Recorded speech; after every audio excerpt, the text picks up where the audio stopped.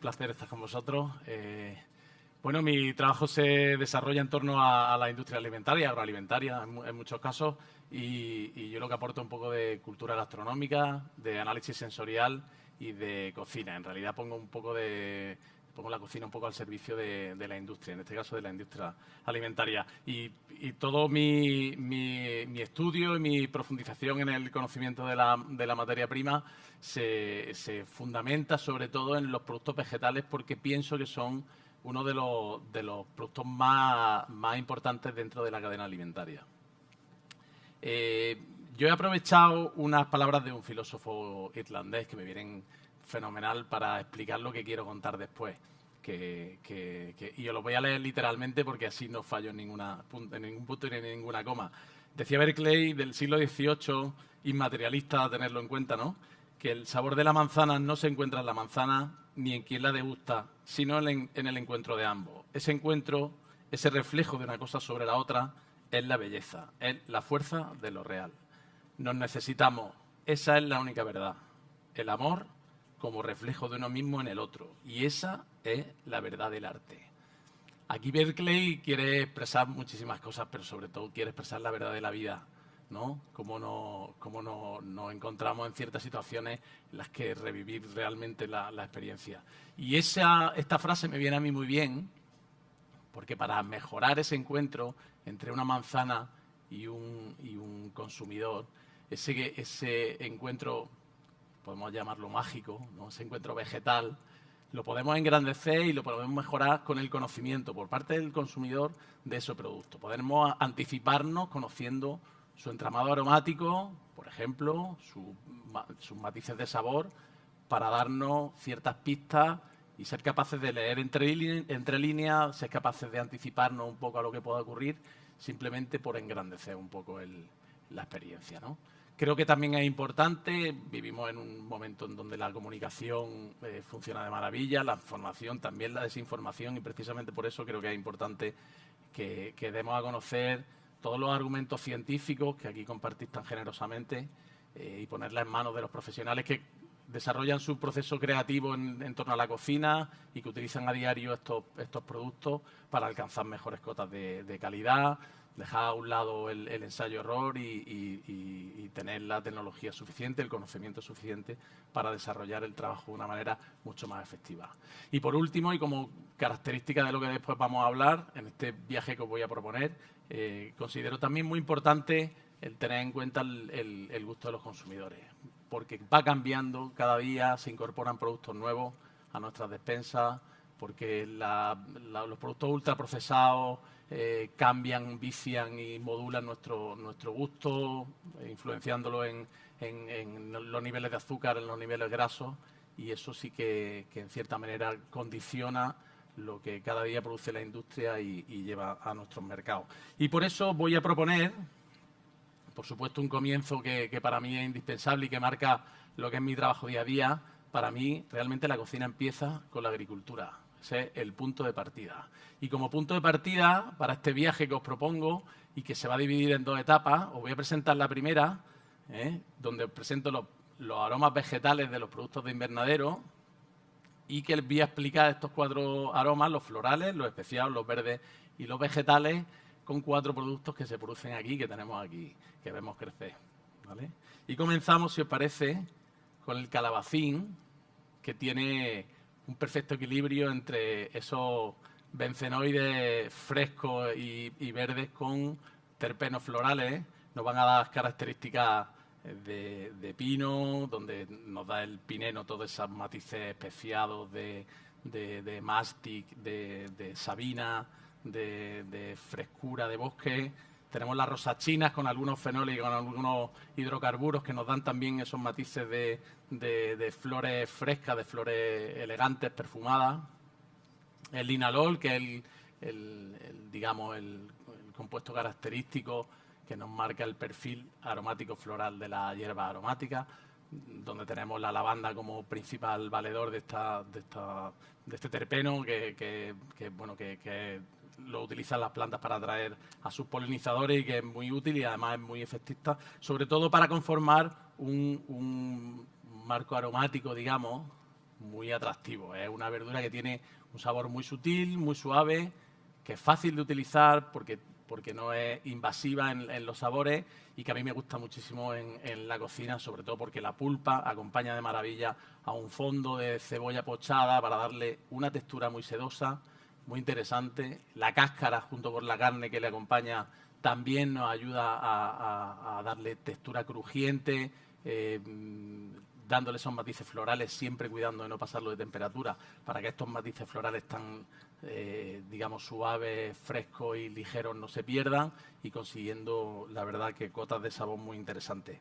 A nivel de innovación, y además lo he observado en este día que he estado por aquí dando un paseo, hay propuestas muy interesantes, sobre todo de productos que son derivados del calabacín, como la flor, que es un producto que de manera tradicional se ha consumido en el marco mediterráneo, en Italia y en los países mediterráneos, que se puede elaborar de infinidad de formas, que es muy atractiva, que ese aroma floral consigue cotas muy elegantes dentro de la flor, se puede comer cruda para ensaladas, rellena, frita, empanada, de mil maneras.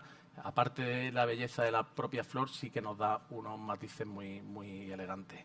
Y por otra parte, ya aprovechando un poco la explicación de este producto tan maravilloso, otro producto que nos va a ayudar a darle otro criterio a esta planta es el calabazate, que tuve ocasión de probarlo en el restaurante de Ricard Camarena en Valencia, esta pasada primavera, un restaurante que recomiendo porque el chef es un cocinero maravilloso. El calabazate es un calabacín grande, sobrecrecido, sobremadurado, que tiende hacia ese perfil aromático de calabaza más que de calabacín, pero que es un subproducto, digamos, de la misma producción del calabacín. Como digo, él lo ha acompañado en una nata agria y una crema de cacahuete, lo acompaña de unos encurtidos y unas flores anisadas, menta y algunas más, logrando un bocado muy intenso, siendo una verdura, un bocado muy intenso, muy interesante y un aprovechamiento de un producto que en otras ocasiones quizás se podría tirar a la basura. Pues continuamos nuestro paseo aromático con los aromas de los invernaderos por las berenjenas. Otro producto que para mí es icónico. También en el marco mediterráneo se utiliza de muchísimas maneras. Lo he encasillado en los matices especiados porque en su estructura, sobre todo en su pulpa, posee compuestos fenólicos, que son anillos de carbono, con un fragmento de al menos una porción de agua, y que se comporta bueno, que se deriva de cuando las plantas forman la lignina, ¿no? Y en los desvíos aromáticos producen esos compuestos aromáticos. No tiene realmente compuestos aromáticos, pero que sí que sus fenoles se parecen bastante y producen al cocinarse esos aromas de las especias dulces, ¿no? Los anisados, vainilla, canela, clavo, ¿de acuerdo? La pulpa tiene una estructura muy crujiente. Si la comemos en crudo parece una manzana porque está compuesto de unas celdillas con cavidades huecas de aire que al cocinarse se colapsan y forman una pulpa cremosa, untuosa, incluso carnosa, que nos da muchísimas satisfacciones. Esa carne, al estar cocinada, toma matices muy interesantes de carne estofada, ¿no? Por eso en muchas ocasiones se sustituye en platos vegetarianos, como ahora vamos a ver, a trozos de carne, se acompaña de muchas verduras. Toma matices de madera muy interesantes, de caramelo, de especias, de flores y de hierbas un poco húmedas que le da todo ese arco, todo ese amplio arco aromático, le da facilidad para cocinarse con productos tostados, especiados, frutos secos, por ejemplo, ahumados va muy bien, que funcionan de maravilla, incluso con café y con cacao, para conseguir productos estupendos. A nivel de innovación, considero que todos los productos que están saliendo, las berenjenas alargadas, que son muy fáciles de preparar a la llama para que tomen esas notas ahumadas, toda la gama de colores blancas, amarillas que están saliendo, creo que son muy acertadas por el cambio de presentación dentro de los platos y que, si fuese preciso, siempre son muy bienvenidas. Y en este caso, para presentar este producto tan maravilloso, he traído un plato, en este caso es mío, no es de un cocinero con estrella Michelin, pero creo que es un plato que merece mucho la pena y a mí me encanta. Es una berenjena asada con una crema de maíz. Es un plato vegano pero bueno, que también le podemos dar una vuelta y con otras propuestas con pescado. En este caso asamos el maíz en el horno con un poco de aceite de oliva virgen extra, una pizca de pimienta blanca, una pizca o un poquito más, y hacemos una emulsión que lo consideramos la salsa del plato, y luego al asar la berenjena utilizamos los cortes más carnosos para hacer la milhoja, y con los recortes aprovechamos y emulsionamos con una pasta de miso blanco que le va a dar la sal al plato. En este caso tenemos el dulzor natural del maíz, que contrasta con el miso salado y con el umami intenso de la berenjena. Termino por arriba con unos brotes de rábano que le dan un toque picante también, acompañan. En este caso es un plato vegano, que está bien, pero yo normalmente también lo termino con anguila ahumada y le da otro toque un poco más de profundidad y con otro sentido. Pasamos a los aromas verdes. Ya nos vamos acercando un poquito más a esos aromas de invernadero puro y duro. Y como no podíamos dejar de lado a los pimientos, que tienen muchísima importancia comercial. Son productos maravillosos y además de una cantidad de variedades enormes. Yo me voy a centrar en los verdes y en los rojos, pero hay muchísimas variedades. Sobre todo en los verdes y en los rojos, los más comerciales, porque tienen mucho mensaje dentro. El verde vegetal es un carácter verde huerta y amargo en la boca, con un golpe de vegetal muy intenso, acompañado por los terrosos y por el aroma de pepino, y con la nota esa sulfurosa que la ocasiona una piracina que es muy persistente y que marca sobre todo el carácter de esta verdura, que a pesar de tratarlo con temperatura, no se transforma y al final, a pesar de las cocciones, pues permanece, ¿no? Le ocurre también a los guisantes y a las espinacas, creo que a las judías verdes también, y son vegetales, los únicos vegetales que ese matiz verde, ese matiz sulfuroso permanece a pesar de las temperaturas. Por el contrario, los pimientos rojos, que son los pimientos maduros, los verdes maduros, maduran con el tiempo, aumentan su proporción en azúcar, que eso nos viene muy bien en la cocina, ¿vale? Para caramelizar todo tipo de fondos, de sofritos y demás. Y los matices sulfurosos, esas piracinas, se ven tapados, se ven ensombrecidos por los matices más afrutados, por los ésteres afrutados y a hojas verdes. Los dos me encantan para cocinar, pero sobre todo el verde, y os voy a explicar por qué. Fijaos, este plato es de Pedro Sánchez, del restaurante Bagá, un restaurante de Jaén, de donde yo vengo. Es una propuesta bastante arriesgada y muy transgresora. Os voy a explicar lo que pone y cómo lo hace, y os voy a contar el mensaje del plato porque creo que es muy interesante. Fríe los pimientos en una sartén con aceite de oliva, los saca, los deja reposar, recoge el agua que suelta el pimiento mientras se va temperando y lo emulsiona con un poquito de aceite de oliva de la fritura. Esa es la salsa del plato. Lo emplata y lo acompaña de una ostra en crudo. En este caso, la ostra, que es el producto noble del plato, solamente nos aporta textura. Y el protagonismo del plato lo tiene el pimiento verde. ¿Por qué? Pedro considera que es un producto digno de darle importancia por esa intensidad vegetal, por ese matiz verde profundo, por esa intensidad, por ese recurso de la memoria para traernos nuestra más tierna infancia y nuestros principios experimentando con los vegetales. Y la ostra la deja en su sitio, le da ese toque metálico que no lo pierde, pero todos los matices que tiene la ostra, que en realidad tendría que ser el protagonista del plato, pasa a un segundo plano para darle importancia al pimiento verde, que yo creo que lo merece y que por eso estamos aquí, ¿no? Muy bien, y ya por último, y terminamos esta primera etapa con los tomates, que bueno, que todos sabéis que son un productazo. Me siento un poco impostor así hablando de tomates aquí en Almería, donde para mí está el tomate más rico del mundo, que es el tomate RAF, que me parece maravilloso. Y bueno, creo que es la hortaliza más cultivada alrededor del mundo y yo creo que tiene su explicación porque es un productazo. O sea, lo tiene todo. Tiene acidez, tiene dulzura, tiene umami, tiene una textura maravillosa, tiene la carne con tersura, tiene gelatina rodeando a las semillas, que le da cierta gustosidad y a mí me parece maravillosa. Y luego tiene un arco aromático muy interesante, sobre todo muy exótico, porque pasamos de los frescos y vegetales verdes a toques de hongos, de toques florales, manzana cocida, malta, el furaneol dándole ese toque a caramelo, el metálico y el coco, O sea, al final vamos entrando en terreno un poco, digamos, complicado. Sobre todo, yo no sé si seríamos capaces en un laboratorio, si fuésemos capaces de diseñar una fruta o una hortaliza, si tendríamos la idea brillante de crear un producto tan rico, tan goloso y sobre todo tan vistoso. No sé si seremos capaces, ¿no? Y por otro lado, cuando la gente, yo observo que mucha gente critica los tomates que son todos iguales, que están puestos en el supermercado, y hablan de ellos como que no tienen sabor.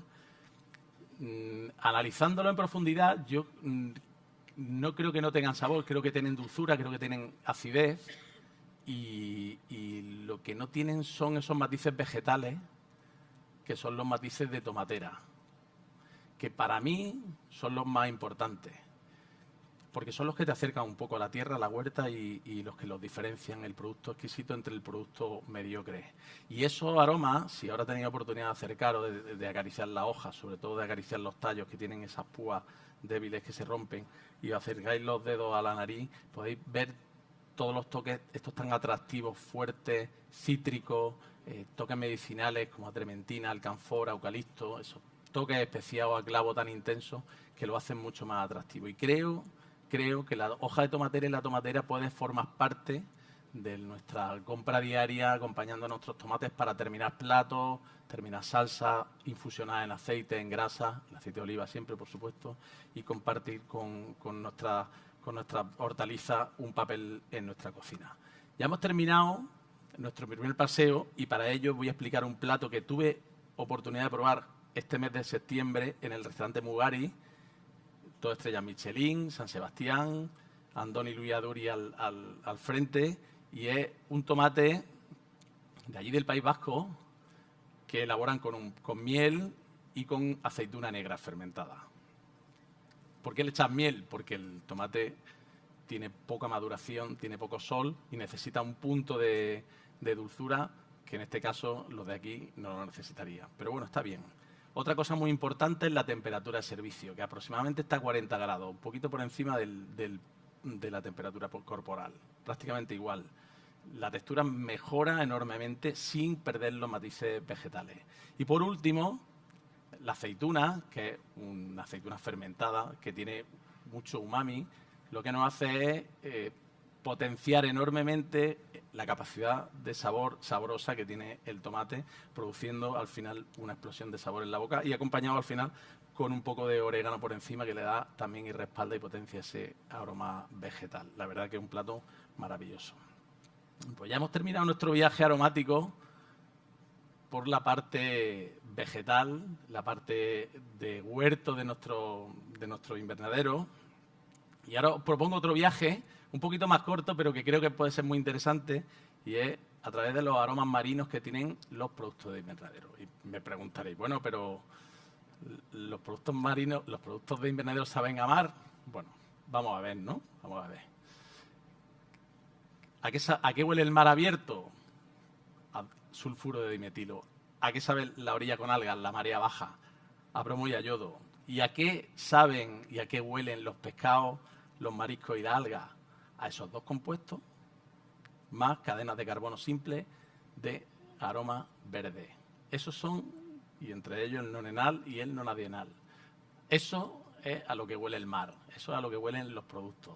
Los productos de huerta, del invernadero, y algunas setas comparten con los productos del mar, con peces, mariscos, esas moléculas de cadena corta, esas cadenas de carbono corta, porque sus procesos de metabolismo tienen estructuras similares, ¿no?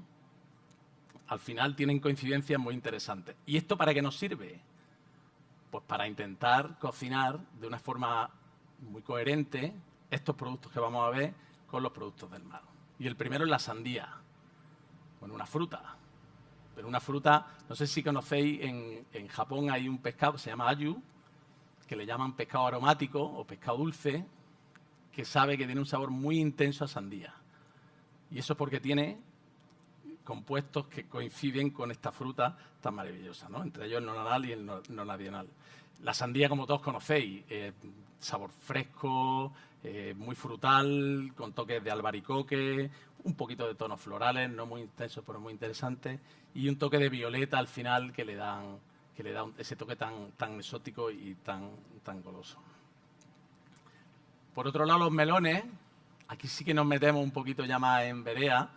Los melones sí que son mucho más recurrentes en los productos del mar, sobre todo porque tiene un fondo de sabor a pepino muy interesante. Y aquí ya aparecen los aromas florales, que por eso en muchas ocasiones se utiliza con el jamón, el melón, por ese tono floral y dulzón que tiene el jamón, ya más cremoso y ese toque medicinal de melón como de trementina que nos aporta al final. Los melones, junto con los pepinos, que son los siguientes que vamos a ver, tienen muchísima correspondencia con aromas marinos y ahora os voy a explicar por qué. Y por último, el pepino, que es, digamos, un producto pobre, un producto humilde, para mí maravilloso, para comer en crudo, incluso en cocinado, y que nos aporta ese carácter marino, graso, verde, metálico y con un toque de geranio. Teníamos preparado una prueba para ustedes de la mertensia, que es una hoja la hoja de ostra se llama, es una hoja de una planta de litoral, que cuando la probamos nos sabe a ostra pura y dura. Pero si analizamos su composición química, tiene más correspondencia con el pepino que con la ostra. Lo único que se diferencia es que tiene un toque salino que le va a acercar un poquito más al producto del mar y va a hacer que esa correspondencia sea más animal que vegetal. Pero en realidad es un producto de tierra que sabe a huerta, ¿no?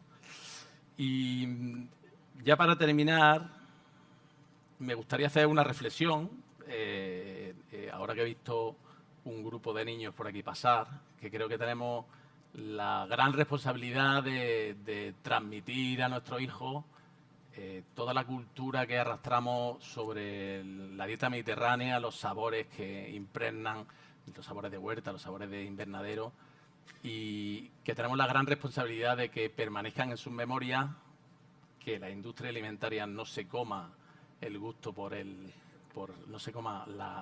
gusto por la cocina nueva, y que seamos capaces de que en el futuro los niños sigan recordando los productos de invernadero y los productos de huerta como algo propio de su cultura y de nuestra dieta y de nuestra gastronomía. Muy bien, muchas gracias.